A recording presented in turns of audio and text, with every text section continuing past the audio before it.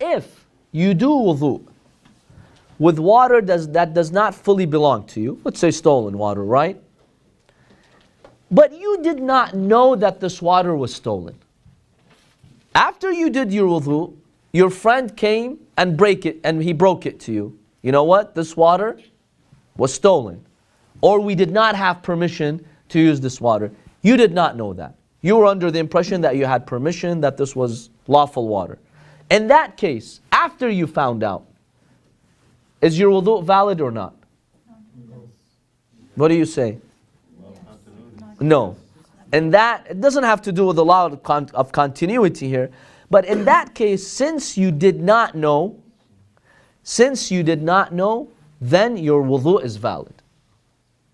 And the technical reason, very briefly, is that when you did not know, there was actually no prohibition. Remember, we said the problem is two contradictory commands. One says do wudu, one says don't. Well, if you don't know that this is stolen water, there is no prohibition.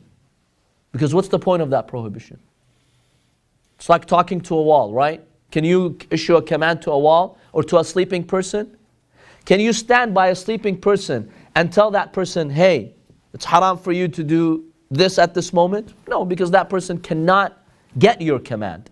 So the one who is not aware, in that state of unawareness, you can't command them or prohibit them. Therefore, it's a valid wudu. What if you forget? Let's say you knew that this water was stolen, then you forgot. You made wudu from it. In this case, your wudu is also valid.